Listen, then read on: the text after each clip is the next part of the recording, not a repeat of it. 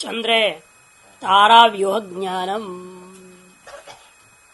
चंद्र में संयम करने पर, धारणा ध्यान समाधि त्रिपुटी तीनों के साथ लगा दिए जाने पर तारा व्यूह का ज्ञान हो जाता है। नक्षत्र जो व्यूह है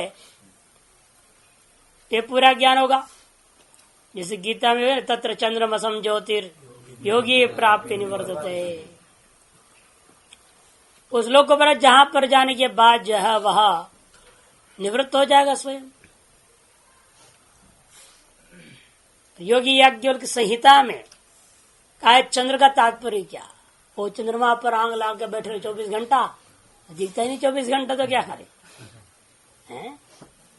24 घंटा तो रहता नहीं ना चंद्रमा, फिर कैसे होगा लगातार। और भी किसी किसी तिथि में घटता बढ़ता भी है ना, एक आकार का ध्यान ही नहीं कर पाओगे आप। इससे स्थिति कैसे मिलेगी। तब विचार किया और ध्यान करके लोगों ने बताया है। योग याज्ञवल्क्य संहिता में लिखा नासाग्रे शशदृग्बिंबम। नासिका के अग्र भाग में ध्यान करने से धारणा ध्यान समाधि करना ही चंद्र में धारणा ध्यान समाधि करना है, नासाग्र में करना। और दूसरे जो घेरण संहिताकार कहते नहीं, ताल मूले च चंद्रमा, तालो मूल में समझ लेना। तालो मूल मैंने ये स्थान हो जाता है। कंठकूप इधर नीचे, आगे कंठकूप भी आएगा, तालो मूल से नीचे कंठ, कंठ के नीचे कंठकूप बताएंगे। तालो मूल में भी ध्यान करना चंद्र पर ध्यान माना गया, और जो नासिकाग्र में ध्यान करना भी चंद्र में ध्यान माना गया। ये तो 24 घंटा उपलब्ध है ना, जब तक आप जिंद हैं तब तक आपके साथ है ये। इसलिए यहाँ तो चंद्र का ध्यान निरंतर हो सकता है। इसलिए कहते हैं चंद्रे तारा वियोग ज्ञानम के लिए चंद्र का नासिकाग्र में मानो अथवा तालो मूल में मानो। इन दोनों में से किसी भी एक स्थान में निरंतर चंद्र का ध्यान करने पर अवश्य व्यक्ति को तारा वियोग का समस्त का ज्ञान की प्राप्ति होगी। ध्रुवे तद गति ज्ञानम। ध्रुवे ध्रुव नक्षत्र में संयम करने पर तद गति ज्ञानम, तद गति ताराओं का गति, ग्रह नक्षत्र ताराओं का जो गति का ज्ञान हो जाए। ध्रुव नक्षत्र में संयम करने का नतीजा क्या है। वो सूर्य है, चंद्रमा है, मंगल है, बुध है, गुरु शुक्र शनि राहु केतु और सैकड़ों जो चंद्र नक्षत्र दिखाई दे रहे हैं, इन सब के गति का ज्ञान होगा। तद माने सूर्य चंद्रादि तारा व्यूह का गति का ज्ञान होगा। दोनों में अंतर है। तारा व्यूह का ज्ञान होना, उसे गति का ज्ञान होना, दोनों अंतर है। जैसे कोई गाड़ी जा रही है, आप जान रहे कार जा रही है बस, लेकिन कार कितनी वेग से जा रही है ये आप नहीं जान पाते। वेग का ज्ञान होना अलग है, वस्तु का ज्ञान होना अलग है। यह वस्तु का ज्ञान पूर्व सिद्धि है और उत्तर जो बताया जा रहा है सिद्धि, इसमें जो वस्तुगत गति का ज्ञान। ततो ध्रुवे संयम कृत्वा ताराणां गतिं जानीयात्। ध्रुव में संयम करने के पश्चात करने पर ताराओं की गति का ज्ञान होगा। ताराओं का गति का मतलब ऊर्ध्व विमानेषु कृत संयम। ऊर्ध्व विमान कौन? आदित्यादिशो।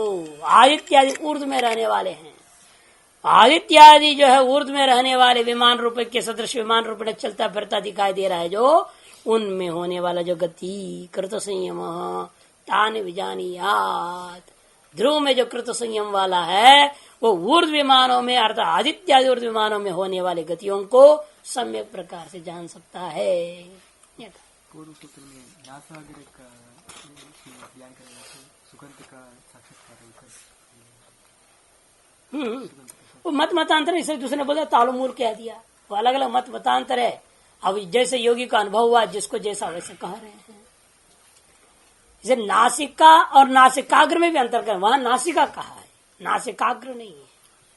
वहां नासिका के घ्राण इंद्रिय पर संयम करने पर आपको बोला था कि सुगंध आदि का ज्ञान हो जाता है, दिव्य गंध का ज्ञान होता है। ये तो इंद्रिय का साक्षात थी, ये इंद्रिय से मतलब नहीं है, नासिका के अग्रभाग से मतलब है। बाह्य पिंड में होने वाला चीज है, सूक्ष्म शरीर का वस्तु नहीं है। वहां तो ग्रहण समापत्तियों की सिद्धियों के बारे में वर्णन करते तो इंद्रिय के बारे में कहा था। और वैसे भी एक ही जब मान वहां भी नासिकाग्र करके ले भी लेते हो तो कोई आपत्ति नहीं हो, तो मत मतांतर में सिद्धियां प्राप्त होते हैं। जिसको जैसा मार्ग से चलता है उस मार्ग के अनुसार उसको फल मिलता है। नाभिचक्रे काय व्यूह ज्ञानम, नाभिचक्र यहां पर भी दोनों में अंतर है। पहले भी कहा था सूर्य में से भुवन कोश ज्ञान होता है, सूर्य तत्व संबंधी मणिपुर चक्र है। तो आदि से वहां पर क्या कहता है, अन्य रूप से भी हो सकता है कर्म, मणिपुर चक्र में कह दिया। लेकिन वहां पर क्या लेना, मणिपुर चक्र का तत्व जो सूर्य तत्व पर ध्यान करना, और यहाँ केवल चक्र पर ध्यान करना, दोनों में अंतर। चक्र का तत्व पर ध्यान करना या चक्र पर ध्यान करना, या चक्र पर ध्यान करने की बात है, वहां सूर्य तत्व का ध्यान करना। उस चक्राभिमानी जो सूर्य तत्व है उस पर ध्यान करने से भुवन कोश ज्ञान की बात कही गई थी। वहां ऐसे एक दो अर्थ क्या ना, एक तो सुषुम्ना द्वार, सुषुम्ना भी उसका द्वार है, अथवा नाभि चक्र भी द्वार बनता है, क्योंकि नाभि चक्र का स्वामी भी सूर्य ही है। और यहाँ इसलिए क्या लेना, स्थूल ले लेना, यहाँ स्थूल लेना। जैसे नासिकाग्र में अपने स्थूल लिया वैसे यहाँ भी स्थूल ही लेना है। जो स्थूल नाभि चक्र है उसी में काव्य स्थूल का तात्पर्य है, वहां पर तत्व से। और यद्यपि सभी चक्र क्या है, सूक्ष्म होते हैं। सभी चक्र तो सूक्ष्म शरीर में विद्यमान सूक्ष्म अवयव है, लेकिन उससे भी सूक्ष्म क्या हो जाएगा, उसका अभिमानी तत्व व्यापक है ना। वो अभिमानी जो तत्व होते सूर्य तत्व वो व्यापक है, उसकी अपेक्षा से उसको इसलिए कहा सूक्ष्म तारे बोलो, और ये सूक्ष्म चक्र। उस पर ध्यान करने से काय व्यूह ज्ञानम, इस शरीर का जो बनावट है वो सब ज्ञान हो जाएगा। सारी गड़बड़ियां सड़बड़ियां सब जितने भी है, इसमें क्या कमी क्या नहीं, कैसा है कैसा नहीं है, सबका ज्ञान हो जाता है। इसलिए जितने डॉक्टरों को योगी बनना चाहिए, नाभि चक्र ध्यान करनी चाहिए डॉक्टरों को, नहीं उसे पूरा शरीर का ज्ञान हो जाएगा। लेकिन खुद का होगा और पहले उसको सिद्ध कर लो, बाद में जिसका ध्यान करेगा उसका ज्ञान हो जाएगा। जिस किसी भी शरीर पर वो ध्यान करे तुरंत उसका ज्ञान हो जाएगा। होते हैं ऐसे डॉक्टर, ऐसे नहीं किए। एक उत्तरकाशी में डॉक्टर थे, बड़े हनुमान के परम भक्त थे। हनुमान जो पूजा पाठ की बिना किसी मरीज को छूते नहीं थे। और किसी ऑपरेशन करनी हो तो बोले बस हनुमान जी से प्रार्थना करो, ले जाते फोटो के सामने मरीज को, हाथ जोड़वाते थे, फिर अंदर ले जाते थे। और भगवान को स्मरण कर काम करते, बहुत सक्सेस होता था। उसके हाथ में कोई केस विफल नहीं है। और इसे पहले वो देख लेते थे, ये अपनी बात बस की बात बाहर की है, वो कहते उसको ऋषिकेश ले जाओ, दिल्ली ले जाओ, पहले ही बोल देगा। उसका जब एक बार हम लोग आ रहे, जब 85 में बीमार पड़े थे तो उसके वहां ले गए कि शरीर को भी, तो उसने देखा, देखकर कहा कि अरे आपको कुछ भी नहीं है, आप जो पहाड़ चढ़ के आएंगे जोंक काटा होगा आपको, जोंक ने खून पी लिया होगा तो उसे गड़बड़ हो रखा है और कुछ नहीं है, उसी से बुखार जैसे लग रहा है। मैंने पुड़िया दी छुट्टी कर दिया। अब उसने हमको बताया तो है नहीं, हम तो बुखार समझे दिखाने गए, लेकिन उसको ज्ञान हो गया इसके शरीर के अंदर किस चीज की जहर घुसी हुई है जिससे बुखार रिएक्ट हो रहा है। काव्य ज्ञान हो गया उसको, इसके अंदर जो दोष का ज्ञान हुआ, उसी आप सही से इलाज कर दिया, 2 दिन में ठीक। तो ऐसे भी होते हैं, सिद्धियों को प्राप्त करके भी इलाज करते हैं। नाभि चक्र संयम कृत्वा काय व्यूहम विजानिया, नाभि चक्र संयम करने पर अब काय व्यूह का ज्ञान कर सकते हो। वाद प्लित श्मेषमाण त्रयो दोषा सन्ति, इस काय में 3 दोष हैं, एक वात, दूसरा पित्त, दूसरा श्लेष्म कफ। वात पित्त कफ ये दोष के दोष भी हैं, संघटक भी हैं। ये सही है, सभी सही मात्रा में रहते हैं तो आपके शरीर निरोग है। ये बढ़ते घटते गड़बड़ करते हैं तो फिर सही अनेक प्रकार के रोग हो जाते हैं। धातु सप्त, और ये शरीर सप्त धातुमय है। कौन से 7 धातु है? त्वग, लोहित, मांस, स्नायु, अस्थि, मज्जा, शुक्राणी। पूर्वम पूर्वमेशाम बाह्यम बाह्यमिति येष विन्यास, यही व्यू है, यही विन्यास कहा जाता है, यही इसका बनावट कहा जाता है। पूर्व पूर्व का अपेक्षा पूर्व पूर्व बाह्य है, उत्तर उत्तर की अपेक्षा से। शुक्र अत्यंत सूक्ष्म है, और मज्जा हड्डियों में विराजमान, उसके बाहर हड्डी, हड्डी से बाहर नाड़ीजाल, नाड़ीजाल के ऊपर मांस, मांसों में खून, खून सब के युक्त के ऊपर चमड़ा। बाह्य बाह्य से शुरू करके आंतर आंतर सूक्ष्म की ओर जा रहे हैं। सबसे बाहर चमड़ा है, त्वक, उससे भीतर लोहित, खून, उसके भीतर मांस। यहाँ पर ये नहीं कि उसके भीतर लोहे चमड़े और मांस के पीछे खून है, ऐसा अर्थ नहीं करने का है ना। तात्पर्य है कि उसके आंतरिक अवस्था में वो अनुभव में आता है। तग लोहित मांस, क्योंकि बिना मांस निकाले खून आएगा कि नहीं आएगा। ये चमड़ा को थोड़ा छेद कर दो तो क्या हो जाता है, क्या पहले आता है, मांस बाहर आता है कि खून पहले आता है, खून ही आता है। इस दृष्टिकोण से कह दिया जाता है चमड़े की अपेक्षा से भीतर क्या हो गया, खून, खून से भीतर मांस। अब मांस निकाल सकते हो उसके बाद ही। इसे कहते हैं कि त्वक लोहित मांस, और उसी मांसों का बीच में उसके ऊपर नीचे सब क्या है, नाड़ी का जाल बिछा, स्नायु। फिर ये सब टिके हैं हड्डियों पर, हड्डी का भीतर मज्जा, और शुक्र तो पूरा शरीर में व्याप्त है। लेकिन सूक्ष्म के दृष्टिकोण से कह दिया वो उससे भीतर, उससे भीतर, उससे भीतर, कहीं स्थूल के कार्य कारण भाव से, कहीं जो है परिदृश्यमान कार्य कारण भाव से, कहीं पर सूक्ष्मता के तारतम्यता से, एक दूसरे से भीतर कह दिया गया। एतादृश व्यूहभूता आपके शरीर का पूर्ण ज्ञान आपको हो जाता है। शारीरिक विज्ञान, शारीरिक विज्ञान के बिना योग कभी सफल नहीं हो सकता है।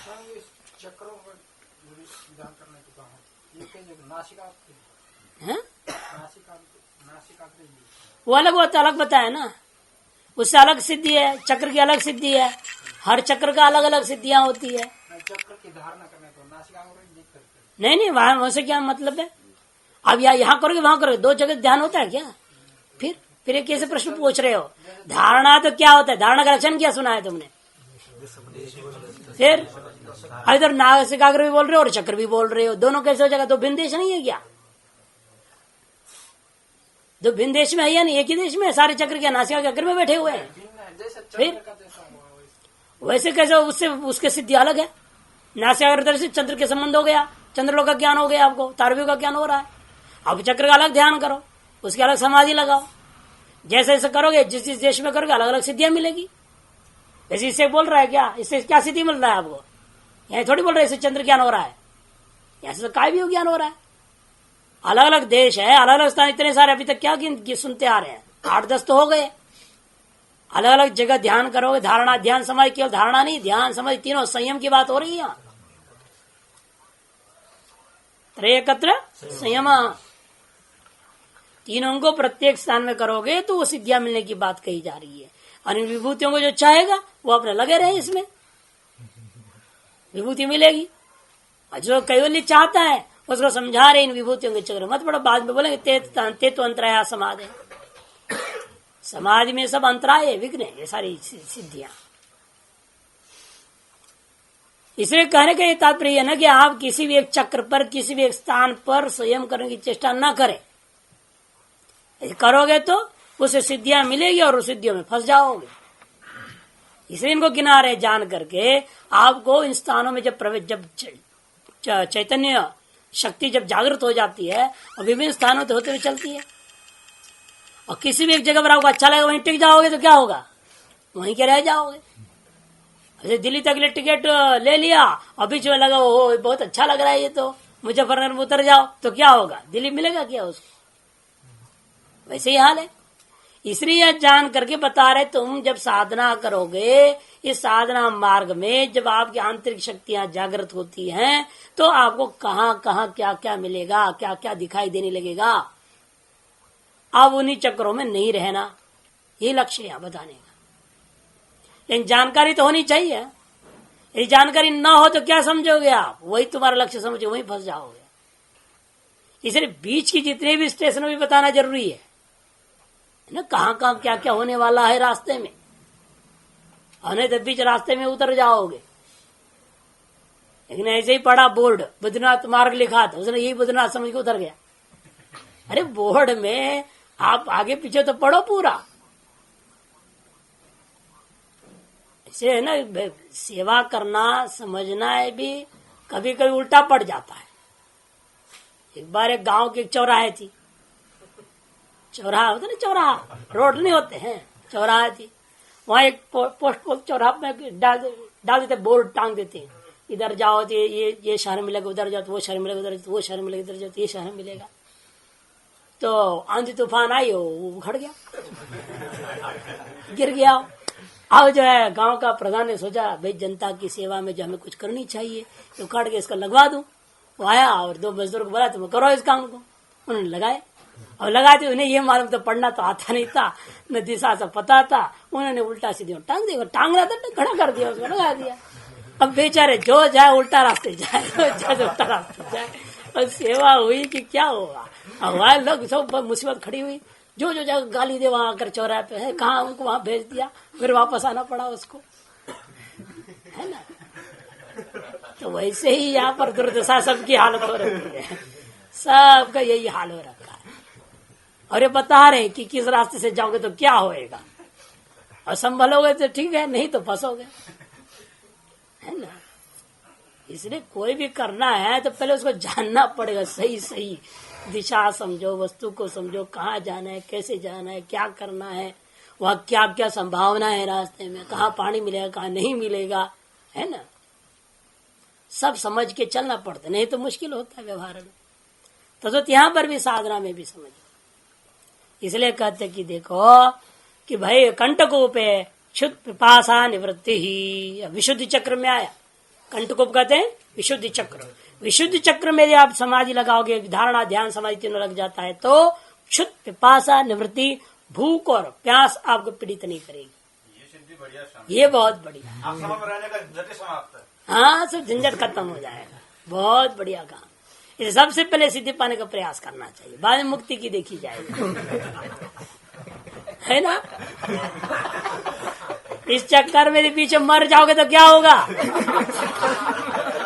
न विशुद्धि चक्र की सिद्धि मिली और मुक्ति मिली, दोनों गए, न माया मिली न राम। सिद्धि करने के बाद जंगल में जाके बैठेंगे, वहाँ पे मुक्ति का मार्ग ढूंढेंगे। अब मान लो सिद्धि करने से पहले शरीर छूट जाए तो क्या होगा। सिद्धि के चक्कर में पड़ के जिंदगी लगाओ, लगाते लगाते खत्म हो जाओगे तो क्या करोगे। अगले जन्म में तो आएगा, क्या भरोसा, अगला जन्म यही मिलेगा क्या। पहले पढ़ चुके हैं इसके मामले में, अगले जन्म की भरोसा नहीं करना। इसलिए श्रुति कहती यह चेद वेदी तत् सत्यमस्थि, नो चेद यावेदित महती विनष्टि, महान विनाश है। इसलिए जल्दी से जल्दी हमें ब्रह्म ज्ञान के लिए सोचना है। ये भूख प्यास तो मिथ्या है, रहने दो इसको, क्या है, आगमा पायनो नित्य तांस तिक्षस्व भारत, उसे कौन सी बिगड़ रही, घंटी लगती है, जाना है, खाना है, जाते तो भी ब्रह्म चिंतन होते भी जा सकते, खा के आ सकते, क्या दिक्कत है। शरीर का धर्म की विपरीत सिद्धि पा करके मुक्ति पाने की सोच है, तो उसके अपेक्षा शरीर जी की स्थिति के अनुकूल चल करके मुक्ति पाने की सोच क्यों नहीं। ज्यादा तो ये उचित है ना, शरीर जैसा है रहने दो उसको क्यों परेशान होना। हम एक जगह गए थे 2 दिन पहले, तो बोले स्वामी जी शरीर आपके अंदर, शरीर में डायबिटीज होगी तो परेशानी होती होगी। मैंने कहा कोई परेशानी नहीं, हम तो उसको बड़े भैया मानते हैं, हमारे वंश से आया हुआ है ना भाई। पिताजी के यहाँ भी था, उसके भी पिताजी के पास था, दादा के परदादा सबके पास रहा है, सबसे होते बीच से आया हुआ है, हमसे बड़ा भैया नहीं है। तो हमारे बड़े भाई साहब है, अब बड़े भाई साहब की तो इज्जत करना हमारा कर्तव्य है कि उनकी बेइज्जती करेंगे। हाँ, उनके सेवा में जड़ी बूटियां खिलाई जाती है, दवाएं दी जाती है, और साथ में कभी कभी मिठाई भी खिलाया जाता है। तो उनका भोजन उनको, और हमारा भोजन हम खाते शरीर का। तो कहने लगे गजब आपकी दृष्टिकोण है। मैंने कहा हमको तो बुरा नहीं लगता, इसीलिए तो हमें तो बहुत बढ़िया लग रहा है। 7 साल से बड़ा आनंद है इसमें, बल्कि पहले खटपट चलता था, अब बड़े भैया का रहने से शरीर में कोई समस्या नहीं रह गया। अब वो संभाल रहे ना, हमें कोई परेशानी नहीं। और उनके वजह से बड़ा संयम से खाना पीना पड़ता है। ये बड़े भाई साहब ना आते तो हम कहाँ संयम से खाते पीते, कहीं भी कुछ भी खाते पीते रहते, है ना, बकरी जैसे चरते रहते। अब उनके वजह से संयम, इतना बजे खाना, इतना बजे सोना, इतना बजे करना, इतना बजे वॉकिंग करो, ये करो वो करो, कितना संयम उन्होंने हमको दिया है। ऐसे बड़े भाई का अनादर कैसे हो सकता है। तो इसलिए उनकी तो पूर्ण सम्मान के साथ आजीवन संभाल के रखेंगे तो संयम आजीवन बना रहेगा। और जड़ से जाना चाहे तो क्या करे, है ना। अब जाना चाहे, अब 2 भाई आपस में दोनों की शादी हो जाए, एक घर में रहने को तैयार तो आपत्ति नहीं है। और नहीं बड़े भाई तो नहीं तुम जाओ या मैं जाऊंगा, तो जाओ। अलग भी होते हैं ना, सर हो सकता है बड़े भाई यहां से निकल जाए या छोटे भाई को ही पहले निकलना पड़ जाए तो कुछ भी हो, कोई आपत्ति नहीं है, स्वागत है दोनों ही बात।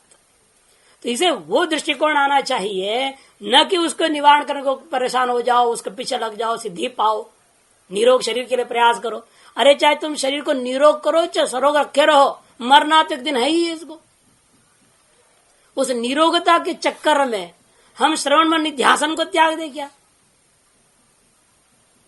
सिद्धियों के पाने के चक्कर में श्रवण मन निध्यासन को त्याग दोगे क्या? अब उसको त्यागेंगे और ये भी नहीं मिला वो भी गया तो क्या होगा? उससे अच्छा है, इसीलिए जो जैसा चल रहा है वैसे चलने दो, लक्ष्य पर ध्यान रखते हुए लक्ष्य की प्राप्ति की जो जरूरत है वो करते रहना है। और आनुषंगिक रूपेण गौण रूपेण अन्य जो कुछ भी हो रहा है, जो कुछ संभव है, करते रहना। चलते चलते मिल जाए तो लड्डू को तो कौन ना खावे, ये तो होता है ना दुनिया में।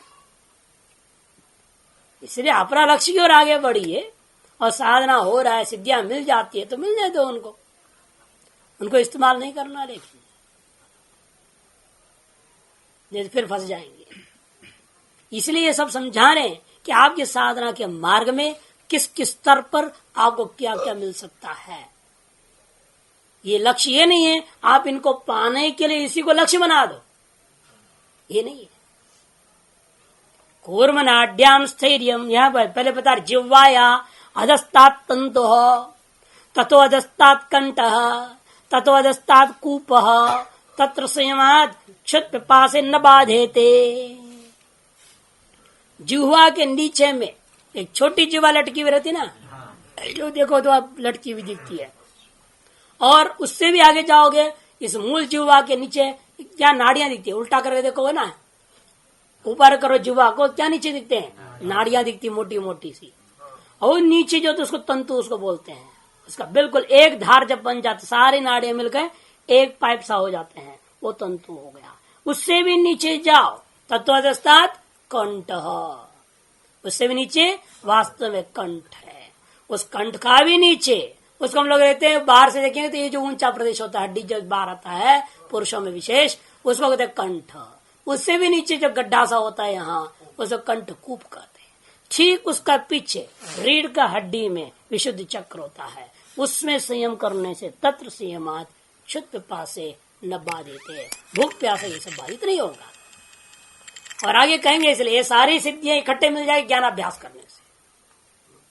अलग अलग क्यों प्रयास करना? ज्ञानाभ्यास में ज्ञान चिंतन लगते जाओ लगते जाओ लगते जाओ, अपने आप इतनी गहराई में आपका चित्त जब ज्ञान में अपने स्वरूप की ओर बढ़ते जाता है, सारी सिद्धियां स्वतः आ जाती है। भले आकर से आपको कहेगी महाराज हम आपकी सेवा करना चाहते हैं, आप जो है थोड़ा बहिर्मुखी हो जाइए, आप स्वीकार करो न करो आपकी मर्जी, हृदय सिद्धियां आती है। ज्ञानी के पास भी सिर्फ सिद्धियां होते हैं, नहीं होते ऐसी बात। किसी भी मार्ग से आप चोटी तक पहुंचेंगे ना, पहुंचने से पूर्व में ही सारी सिद्धियां मिल जाती है, ताकि आप चोटी पर चढ़ न सके।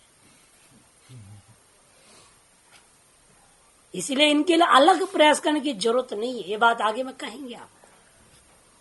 कूर्मनाड्याम स्थैर्यम, कूर्म नाड़ी में स्थिरता की प्राप्ति होती है।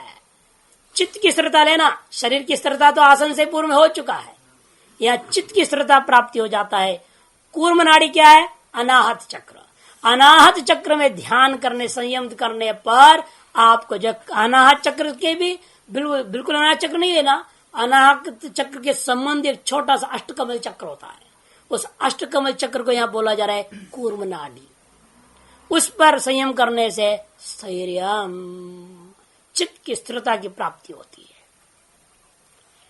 कार्य देखो, कूपात अधौरसी, कूप जो कंठकूप आपने देखा पूर्व सूत्र में, उससे भी नीचे उरह प्रदेश में कूर्माकारा नाड़ी, कूर्म ने कछुआ, कछुए के सदृश आकार वाला एक नाड़ी विशेष है, नाड़ी जाल विशेष है। तस्याम कृत संयम, उसमें आप यदि संयम करते हो तब स्थिर पदम लभते, आप स्थिर पद को प्राप्त हो जाते। उसी प्रकार यथा सर्पो गोधावा इति, जैसे सांप के समान अथवा गोह के समान। आप कभी अनुभव किए हो, देखे हो, या तो कोई सांप मान लीजिए बिल में जा चुकी है, घुस चुका, अब आप उसको पूछ पकड़ लो, लाख कोशिश पूछ टूट जाएगा, लेकिन आप उसे बाहर खींच नहीं सकते। विचित्रता है सांप की, इतनी दृढ़ चिपकता है, ऐसी स्थिरता आती है, आप कुछ भी करो वो निकलने वाला नहीं है, पूछ टूट जाएगा, निकलेगा नहीं। इस तरह गोह शिवाजी महाराज ने इस्तेमाल किया था, गोधा है किसका? हाँ, लेकिन उसकी हड्डियां ऐसे जो रिंग हड्डियां ना, वो ऐसे दबा के चिपका के बैठते पृथ्वी पे, वहां आप उसको हिला नहीं सकते। जैसे गेर देखा ना, गेर कैसे होते हैं उधर, नोकीला होते हैं, वैसे उसके गेरों के जैसे बन जाती, नोकीला है ना, हड्डियां जो बीच बीच में गोल गोल गोल गोल होता है, स्प्रिंग टाइप होता है, वो ऐसा दबा के रख देता है और ऐसे श्वास लेकर के बंद कर देता पूरी जोर से, अब उसको हिला नहीं पाते। इधर गोह जहां चिपका दो दीवार पे, फेंक दो, पकड़ लिया उसने, आप उसे 500 आदमी भी खड़ा रहो टांग करके, वो कुछ नहीं होने वाला, ऐसा भयंकर होता है। इसे वो 2 दृष्टांत दे रहे, सर्पो व गोधवा, उसी प्रकार का चित्त गुरुणापि दुखिन्न विचार जाते हैं। भयंकर से दुख आ जाए तो भी आपका चित्त की स्थिरता विचलित नहीं होता। तो शरीर छूट जाए, जैसे सांप होता है ना, पूंछ टूट जाए तो भी हिलेगा नहीं। शरीर मर जाए तो भी आप चित्त को बहिर होने नहीं देंगे। तारस विलक्षण स्थिरता की प्राप्ति इस कूर्म नाड़ी में, अर्थात अनाहत चक्र का नीचे जो अष्टकमल दल वाला एक विशेष होता है, हृदय चक्र कहते हैं, उस पर ध्यान करने से, धारणा करने से, समाधि करने से होता है। मूर्ध ज्योतिषी सिद्ध दर्शनम, मूर्ध ज्योति कहते हैं बिंदु चक्र को, ब्रह्मरंध्र के पास विद्यमान जो बिंदु चक्र, ये ब्रह्मरंध्र ऊपर होता है, उसका नीचे में बिंदु चक्र एक चक्र होता है, सहस्रार का नीचे और आज्ञा के ऊपर, इस ललाट के ऊपर के हिस्से में बताया जाती है। ठीक उसका पीछे देखोगे तो जहां चोटी रखते हैं, चोटी से ऊपर और जो छेद होता है बचपन में जन्म जब बच्चा लेता है, छेद सर आता है, जहां से जीवात्मा इस शरीर के अंदर प्रवेश किया हुआ है, उस छिद्र को तेल डाल डाल के मालिश करते हैं बच्चे को, माता लोग, फिर धीरे धीरे मांस भर जाता, बंद हो जाता है छेद, ऊपर से चमड़ा रहता है फिर छेद रहता है, मारो सीधे तो अंदर चला जाएगा, मर जाएगा बच्चा। इसलिए बड़ा संभाल के उसको तेल डाल के उसको मालिश करते हैं, उसको मजबूत कर देते हैं, फिर ऊपर मांस होता है, मांस धीरे से हड्डी सा बन जाता है, बंद हो जाता है। वहां नीचे में जो चक्र है उसको एक कहते हैं मूर्ध ज्योति, वह बिंदु विसर्ग नाम से सुप्रसिद्ध है। बिंदु चक्र, बिंदु विसर्ग चक्र नाम से सुप्रसिद्ध है योग शास्त्रों में। उसमें आप यदि संयम कर लेते हैं तो सिद्धों का दर्शन हो जाएगा, सिद्धों का दर्शन। सिद्ध लोग जाने की जरूरत नहीं, सिद्ध लोग स्वयं आपको यहाँ दर्शन देते। एक महात्मा था, बड़ा ढोंगी योगी, कलियुगी योगी था, वो सोते रहता था कमरे में, और लोगों को बाहर चेला को बना रखा, तो बोलता था चेला, अरे महाराज जब समाधि में, अब तो दूसरे लोगों में गमन कर रहे हैं, इसलिए इस समय वो किससे मिलते नहीं, आप 10 बजे बाद आइए। बड़े एसपी, डीएम, बड़े बड़े एमएलए, मंत्री लाइन लगे रहते थे। हाँ, सिद्ध पुरुष तो लोकालोकों में जाते हैं, वहां सिद्धों से बात करके आते हैं। वो बोलते महाराज हमारी समस्या के बारे में कल आप जब लोक यात्रा करेंगे तो हमारी समस्या का समाधान थोड़ा सिद्धों से बात करके पूछ के आइएगा। हाँ, चिंता मत करो, कल हम बता दें, कल आप फिर बेचल मिठाई का डिब्बा, फल फूल लेके फिर आता है। हाँ, फिर 100 रुपये, 1000 रुपये चढ़ाएगा, 500 चढ़े, जिसका पद जैसा होता इज्जत वाली बात देना पड़ेगा, दिया कर बैठे रहते। हाँ, हमने बात किया था, ऐसे गंभीर वाणी से बोलते हैं ना, हमसे एक्टिंग करना भी नहीं आता। हाँ, गजब बोलते हैं, उनकी शैली बोलने के ना आधे मानता है कि वाकई में ये जाते हो, सब वहां बनाते, अरे हमने तुम्हारे घर पूछा, सिद्ध तो मेरे को फटकार दी। कैसे पापी के बारे में पूछता है तू? ऐसे उसको अगले को इतना प्रभाव डाल देंगे महाराज। महाराज वो बेचारा हाथ जोड़े पड़ा रहेगा। चला, मैंने कहा महाराज फिर हम भक्त हैं, लोक कल्याण के लिए कुछ कर दो महाराज। जैसे मैं बहुत प्रार्थना किया, तब पता है तेरे को उपाय बताया है। ऐसे फिर बताए इतना 1000 रुपये खर्च होएगा, लाओ इधर। अरे राम, मैंने कहा क्या महाराज है? लोकों में जाते, सिद्ध लोकों में, हरिद्वार में आते थे। हरिद्वार में रहते थे ज्यादा, कानपुर साइड में रहते थे। उन्नाव एक जिला है, सुने होंगे, कानपुर के बगल में। उन्नाव जिले में ज्यादा रहते थे वो। नहीं सोहम नहीं थे, तो दसराम ही, सरस्वती नामा ही थे वो। लेकिन वो बड़ा विचित्र महात्मा। आते थे, बद्रीनाथ भी जाते थे, बद्रीनाथ कभी कभी चतुर्मास करते थे। और हरिद्वार में आते तो मोहन जगदीश आश्रम है, वहां रुकते थे। हमारे पास जरूर आते थे, कहते थे महाराज कभी पोल पट्टी खोलना नहीं। क्योंकि उनके 2-4 वक्त हमारे पास आया जागृत बहुत पहले से, ये उनको मालूम हो गया, उन्होंने कभी चर्चा कर दी होगी, तो हम महाराज उनके पास जाके आएंगे। तो वो डर गए, वो अरे कहीं बात बोल देंगे तो सच बोल देते हैं, फिर हमारी पोल पट्टी खोल दे तो प्रचार हो जाएगा। नरेंद्र सिंह करके था एसपी, वो आता था हमारे पास, उन्ना होगा तो वो कहे कि उसको बोलना नहीं, वो हमारे परम भक्तों में से है, उसको पटाए रखे। इसीलिए मेरे पास आते थे, जब भी आवे बादाम लावे, घी लावे, वो लावे, पूरा लाते थे माल पड़े महाराज। मैंने कहा अरे घूस दे दिया, विद्यार्थी लोग खाएंगे, कोई बात नहीं, अब नहीं बोलूंगा। ऐसे ऐसे लोग हैं, लोगों की गमन की बात। और यहाँ कहते लोगों को कोई जरूरत नहीं है, यही सब है। यथा पिंडे तथा ब्रह्मांड है, यथा ब्रह्मांड तथा पिंडे होने से क्यों बाहर की चक्कर की बात है। कूर्मनाड्याम स्तरम के बाद मूर्ध ज्योतिषी सुदर्शन शिर कपाल अंत छिद्रम प्रभास्वरम ज्योति। शिर कपाल के बीचों बीच में, अंत में मध्य में, भीतर नहीं ना, मध्य में एक छिद्र के समान छिद्र है। छिद्रम युवा, छिद्रम समझना, उसके भीतर में जो चक्र है वो प्रभास्वर है, अत्यंत ज्योतिर्मय प्रकाशमय चक्र है वो, प्रभास्वरम ज्योति ही। तत्र संयमान, वहां संयम करने से सिद्धानाम जावा पृथ्वी और अंतराल चारिणाम दर्शनम भवति। इस जीवलोक और पृथ्वीलोक के बीच में विभिन्न लोकों में विचरने वाले महान सिद्ध पुरुषों का भी उसे दर्शन और मार्गदर्शन की प्राप्ति होती है। अब आते हैं, इतना तुम अलग अलग चक्कर में क्यों पड़ते हो? सीधे एक रास्ता बताता हूं, इसे सारा चीज हो जाएगा। क्या? प्रातिभाद्वा सर्वम, प्रातिभाद्वा सर्वम। प्रातिभम नाम तारकम, पार्थिव ज्ञान में धारणा ध्यान समाधि लगाने पर आपको सर्वम, सारी सिद्धियां मिल जाती, सब कुछ मिलेगा, लेकिन मोक्ष नहीं मिलेगा। बस मोक्ष को छोड़कर बाकी सब मिलेगा। प्रातिभाद्वा, इसलिए वहां कह दिया, अभी तक जितना गिनाया वहां कहीं वहां नहीं कहा था, एक एक गिनाते रहे। अभी तक जितनी गिनाया गया सिद्धियां शुरू से, ये सारी की सारी चीजें केवल पार्थिव ज्ञान में ध्यान करने से प्राप्त हो जाता है। पार्थिव ज्ञान क्या है बता रहे, देखिए, प्रातिभम नाम तारकम। पार्थिव शब्द व्याकरण के हिसाब से मतलब प्रतिभा, माने ऊहा, तेन जातम प्रातिभम, विवेक ख्याति ही संसार तारकम भवते। प्रतिभा ऊह, ऊहापोह करने की क्षमता इतनी बढ़ जाती है, शास्त्र को सम्यक दर्शन प्राप्त कर, शास्त्र को सम्यक ज्ञान होने लगता है। उससे ये विवेक ख्याति उत्पन्न होती है, जो उस विवेक ख्याति का नाम प्रातिभा, प्रतिभा से जन्य।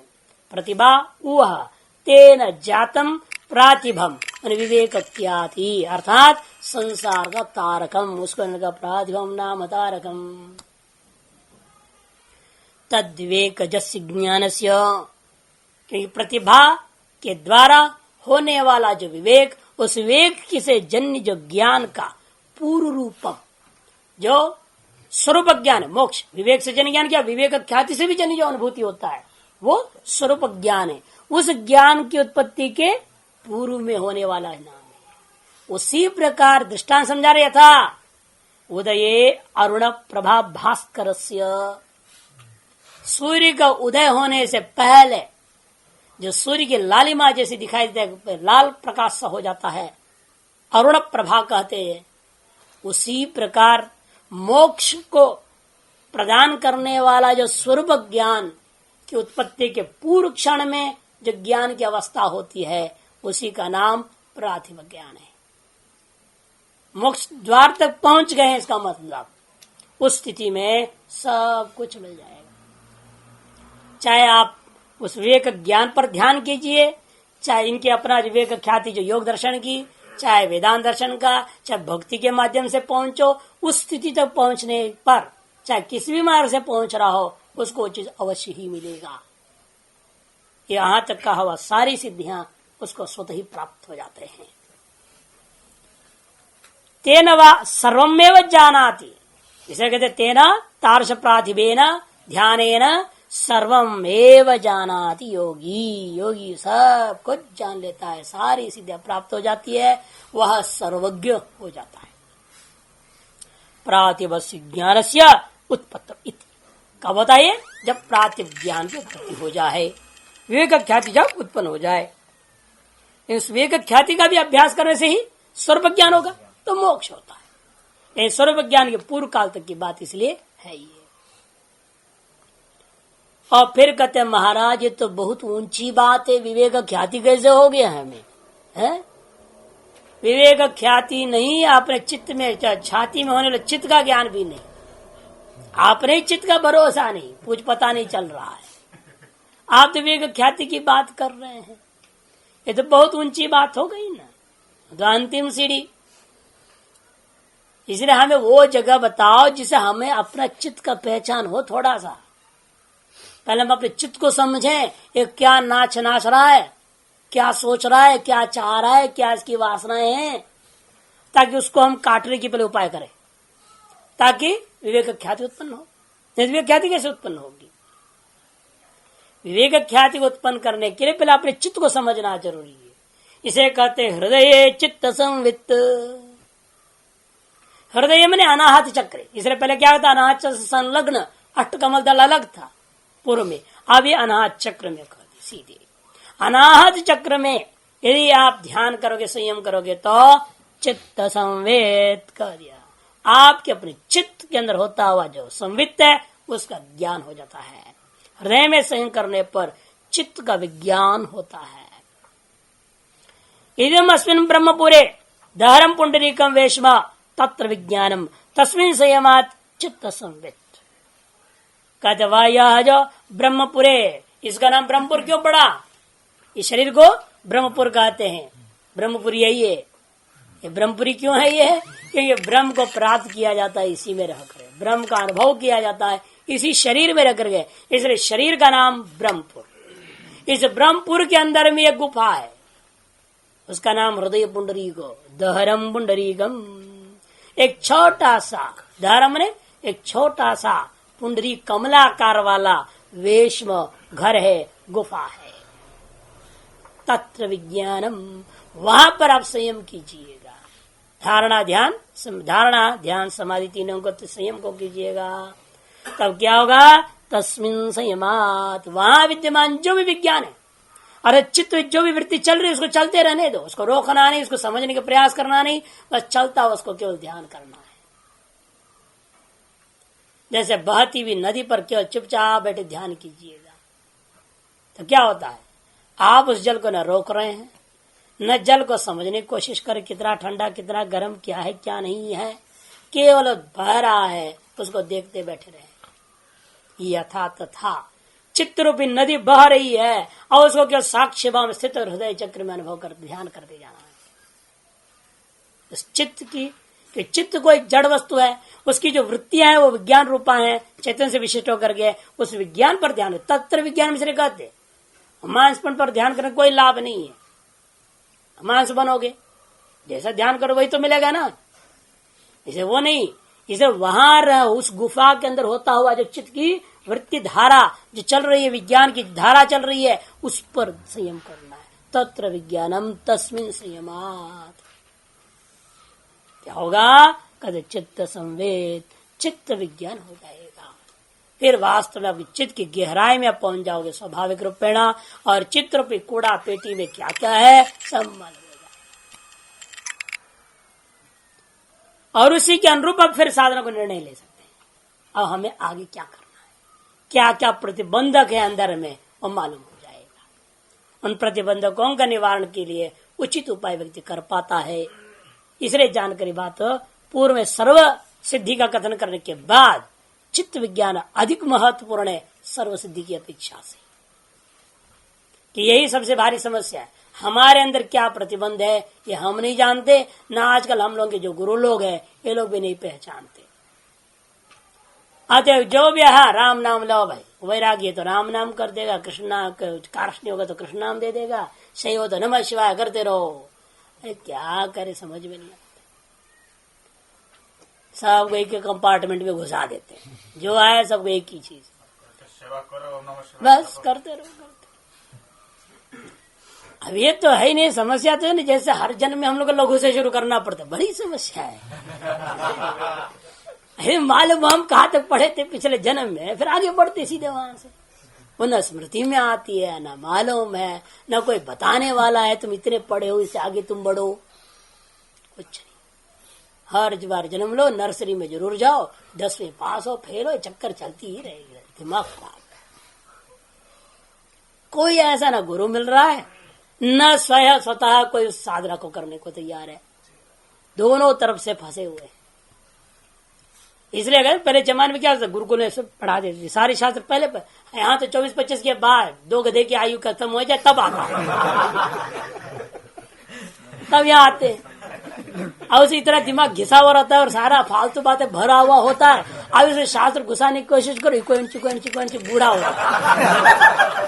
इसे याद हो परेशान। फिर इसे फिर बात भज गोविंद माता है, नहीं रक्षित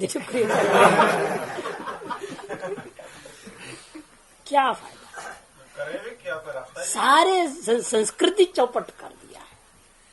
रास्ता भी तो नहीं कुछ करेंगे, रास्ता भी तो नहीं करेंगे, बस जो रास्ता मिले इसी में चलो। और करे क्या भाई, प्रश्न यही जवाब है, जहाँ हो यहीं से कूद पड़ो, चालू कर दो। अब इधर उधर देखना नहीं, सोचना नहीं, समझना नहीं है, फालतू चक्कर में पड़ना नहीं चाहिए। इसीलिए जैसा मिल रहा है साधन का ज्ञान हो रहा है, जो शास्त्र में घुसो, जितना ज्ञान मिले जैसा हो वैसे आगे बढ़ते जाना चाहिए, और कोई रास्ता तो है नहीं। इसलिए इनका कहना है पहले अपने चित्त को जानने के लिए हृदय चक्र पर ध्यान करना, अनाहत चक्र पर ध्यान करना, उससे अपने चित्त की स्थिति का ज्ञान हो जाएगा। तो अनुकूल प्रतिकूल जो प्रतिबंध है, संस्कार है, उनका ज्ञान होगा, उसके अनुरूप आप साधना कर पाएंगे।